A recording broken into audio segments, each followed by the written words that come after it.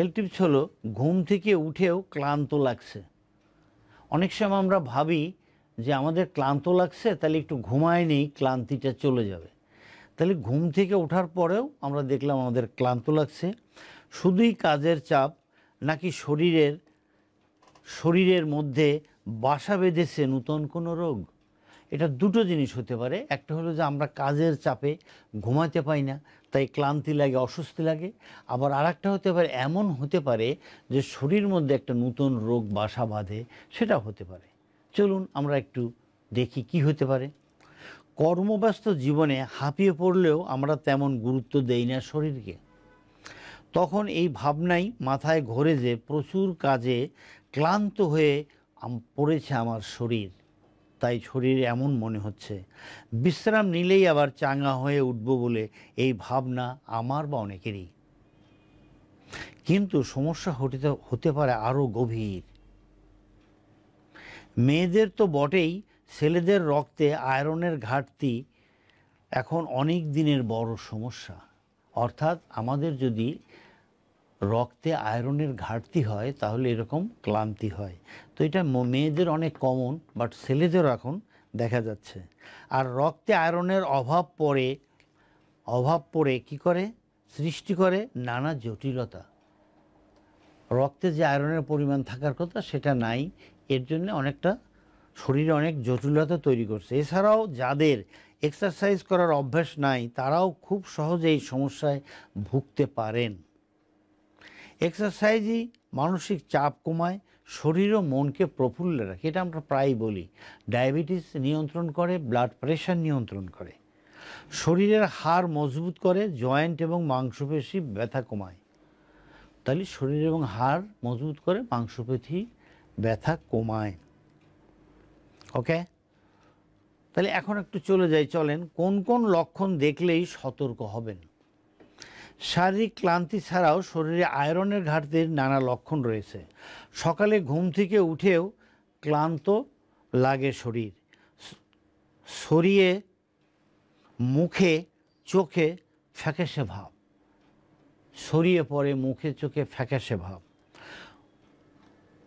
অক্সিজেনের ঘাটতির কারণে অল্পেই আমরা হাঁপিয়ে উঠি বা হাঁপ ধরে। সঙ্গে রয়েছে মাথা ধরার মতো সমস্যা। ত্বকের আমাদের যে বয়স, সেই বয়সের তুলনায় ত্বকে ভাঁজ পড়ে যায়, যে ভাঁজ পড়ার কথা নয় কিন্তু ভাঁজ পড়ে যায়। এই ধরনের লক্ষণগুলি শরীরে নিয়মিত দেখা দিলে বুঝতে হবে এই নিহাইতি কর্মব্যস্ততার ক্লান্তি নয়। তখন চিকিৎসকের পরামর্শ নিতেই হবে এবং তার পরামর্শ অনুযায়ী করতে হবে হিমোগ্লোবিন পরীক্ষা। তাহলেই ধরা পড়বে রক্ত স্বল্পতা ও আয়রনের ঘাটতির পরিমাণ। অবশ্যই নিকটস্থ একজন চিকিৎসকের পরামর্শ নেবেন।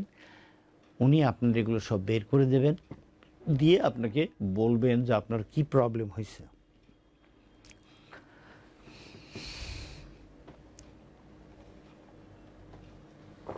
মনে করেন যে আপনার চিকিৎসক বলল যে আপনার রক্তে আয়রন এবং আপনার আয়রনের এবং রক্তের লাল কণিকার পরিমাণ কম, তখন আপনি কি করবেন সেইগুলোই আমরা একটু বলছি।